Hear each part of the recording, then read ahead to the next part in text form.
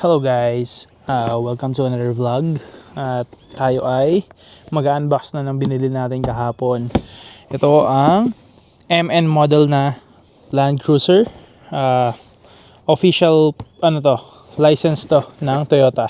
Ang scale nito guys is 1:12. Ang bili ko ay nasa $90, 90 Canadian dollars.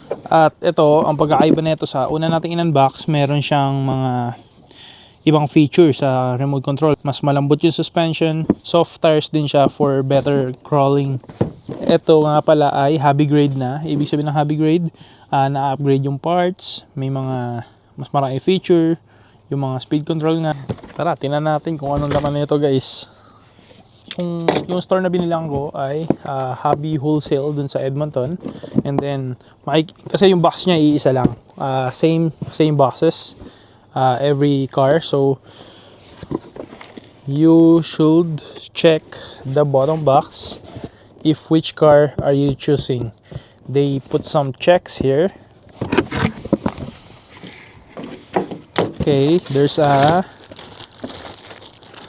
bag here na may manual, I think manual, sticker whatsoever, accessory like a side mirror and some etc, light cover and mirror, the charger, the cable. Hindi ko lang alam kung ano yan, so check natin. Ito yung laman ng box. Hilahin natin.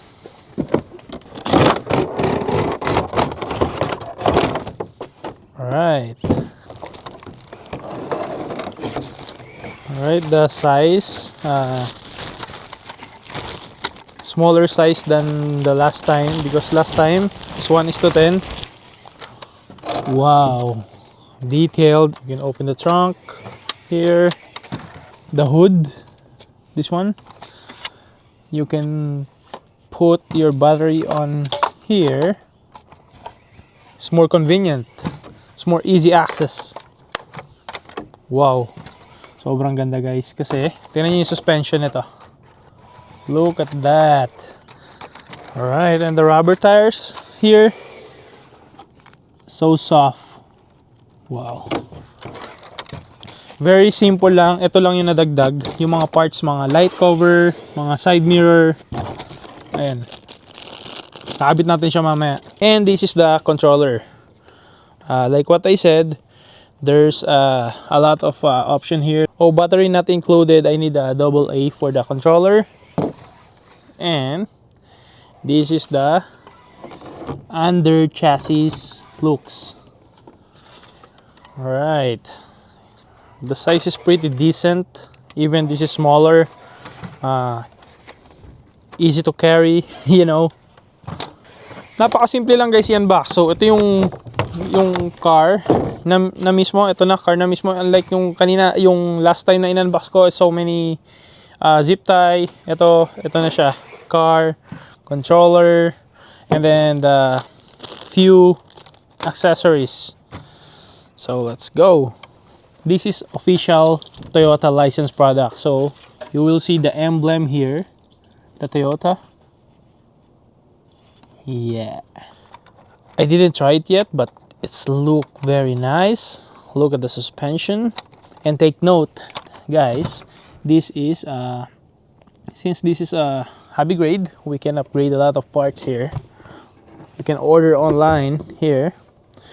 The metal axle cover, oil dumper, metal drive shaft, and there's a lot more if you wanna change tires or something. I try to speak English because I'm so lazy to put subtitle, and I realize that a lot of viewers are here in Canada, so I'll try my best. Oh, so quiet. Light. Lalagay muna natin. We're gonna put the all accessories here first, like what I said. Look, light cover. I have light cover here, so we're just gonna put it here. Alright guys, nailagay ko na yung mga side mirror and mga ibang accessory, pero hindi ko na siya muna lalagyan ng sticker kasi i-enjoy ko muna yung pagka-plain niya. Pero napakarami pa niyang like stickers dito, like decals. May mga Toyota, TRD, pero I'll put it later on. And let's just try this one. Let's try this bad boy. Alright, look at the suspension guys. Diba, napakaganda. So nice look. Right, and let's try it on the ground now. Let's do this.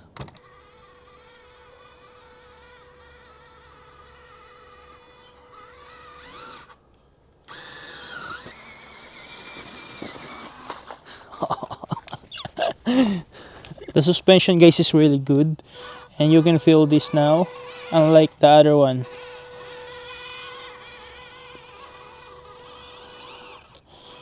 There's a control here guys na TH rate bind.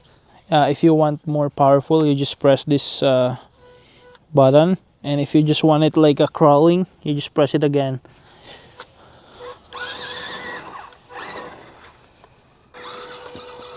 And this is actually there's a speed control here as well aside from the button. If you just slowly press pull this, it's gonna be slower, unlike the toy grade. If you just even if you pull this slower, the toy grade is it will give you the maximum power of the RC car. Okay guys, aside from the crawler, I have another hyper 4-wheel drive. I'm just gonna show you how much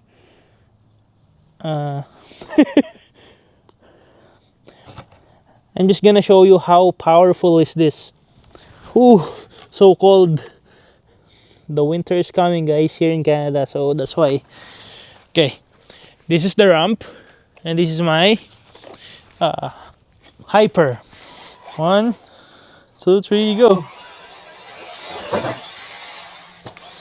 Oh, this is the Hyper Go RC.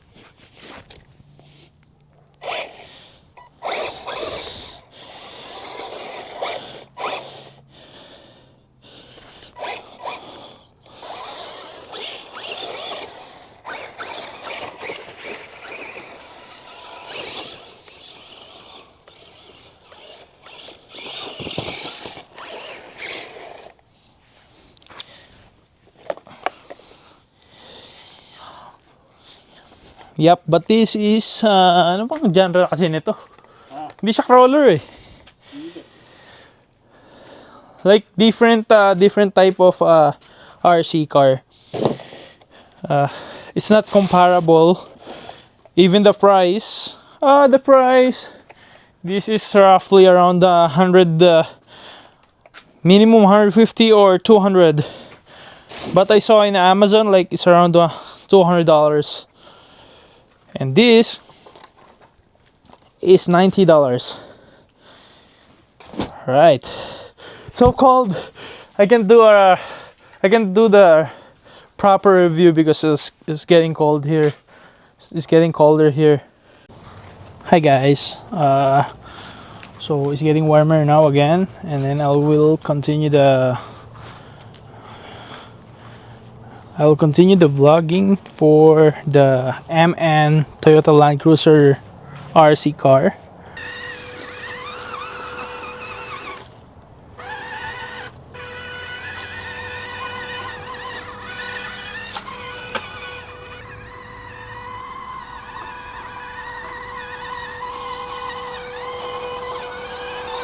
Alright, my final rate here, 1 to 10, is for the price, for the size, for the power, I'll give 10 out of 10 for this RC car, because the suspension is really smooth, and the price is not too bad. Actually, it's the same price with the last one, with the Jeep Rubicon 1:10 scale from Costco. It's like around 90 Canadian dollars. But this one is a hobby grade, and the other one is a toy grade. In terms of that grading, if you have the hobby grade, you can upgrade most of the parts here. And also, as you can see here, the controller has a different feature and lights, and the speed control here. Yeah, last video I think someone post a comment and asking me if there's a speed control on the last one, on the Jeep Rubicon from Costco, but that one unfortunately no speed control, but this one has it. Look, if I do this, very slow, right? You can actually control the speed using this trigger. You see, if you want to super slow while you're climbing something here. Now, if you're gonna ask me which one is better or what to buy, if the Costco Jeep Overland Rubicon on my last video, or this MN model Toyota Land Cruiser. Actually, there's a lot of model unit of MN. The brand is MN, so don't forget that. I'll say for me, like, I like obstacle, you need this control, the speed control in your controller. So I'll say I'll choose this MN hobby grade instead of the toy grade RC from Costco. I'll choose this one.